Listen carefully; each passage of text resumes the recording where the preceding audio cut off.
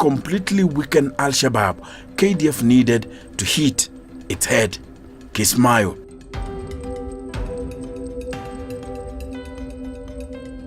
It was literally its headquarters and treasury.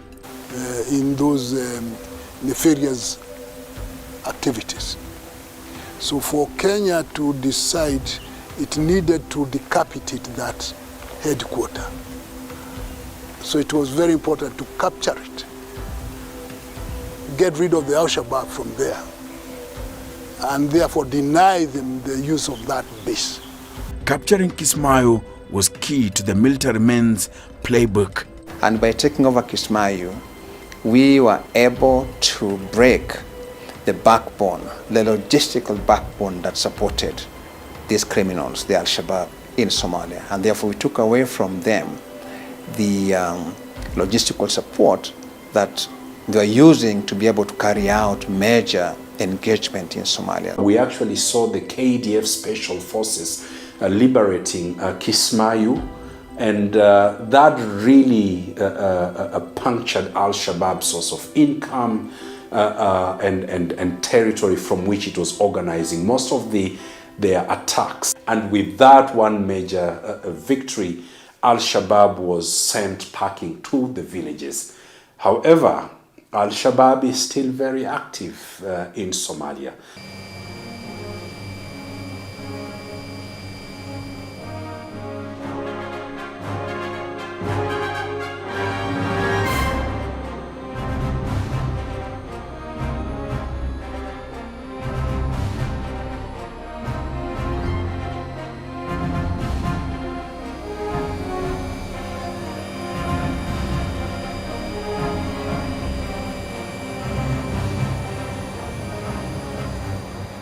Kenya had deployed under 3,000 troops to seal off Al-Shabaab strongholds in the massive and rough terrain.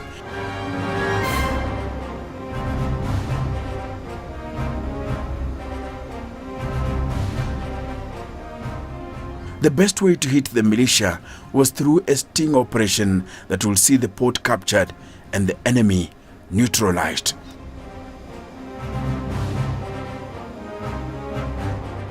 It had to be done the right way, and it had to be the right way once. There's no second chance. The operation was called Operation Sledgehammer. It was to be executed by the coordinated action of land, sea, and air forces organized for invasion.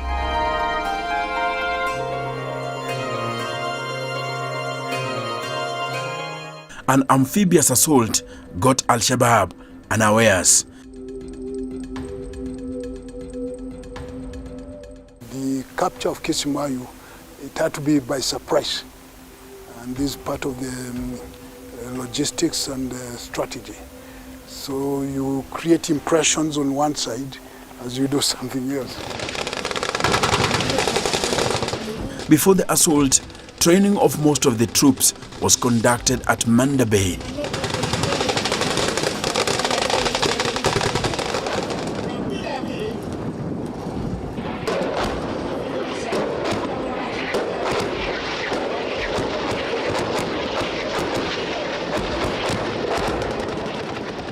While that of commanders and divers was undertaken in Mkunguni between September 18th and 23rd, 2012.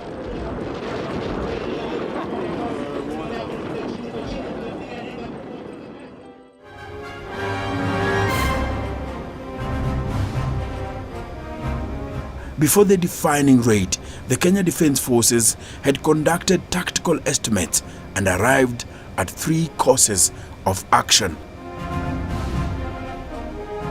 The first one was the capture of Kismayu through Kulbio Hosingo and Bulahaji. Second one through Kulbio, Dalayet, Wadajir and Bulahaji.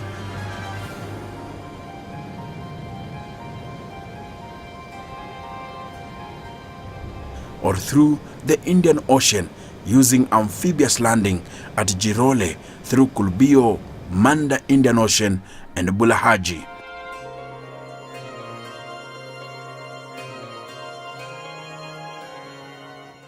amphibious assault was given a nod.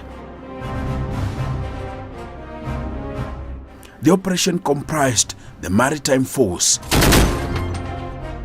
a landing force, and an air component. The maritime force transported the troops and offered fire support.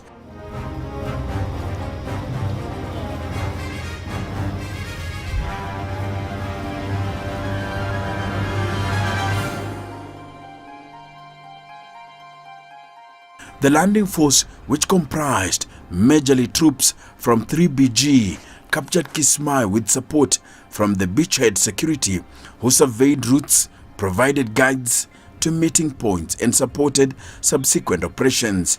Here I'm holding 20 rounds in this magazine. Here I'm holding 40. This way 40.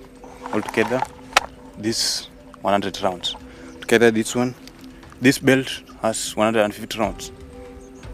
Enough to fight Enough to fight. As per me, enough to fight. Because only one round, one Al-Shabaab.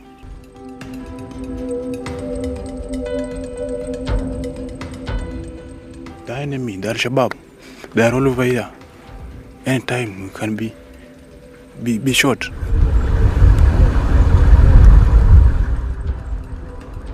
The air component, comprising army attack helicopters and fighter jets, secured the airspace and conducted aerial surveillance to the landing force.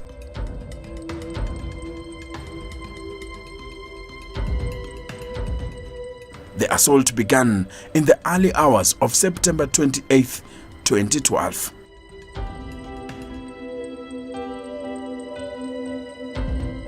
One year after the kidnapping that forced Kenya to move into Somalia, there was a feeling in Nairobi that the mission had been accomplished.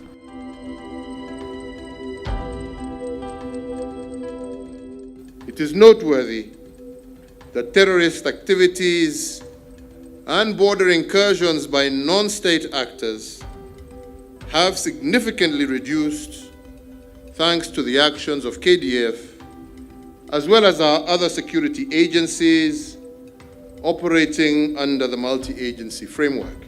Jubaland State, like many other states of Somalia, had no army nor police. Kenyan troops under the AMISOM began assisting with security of Kismayu.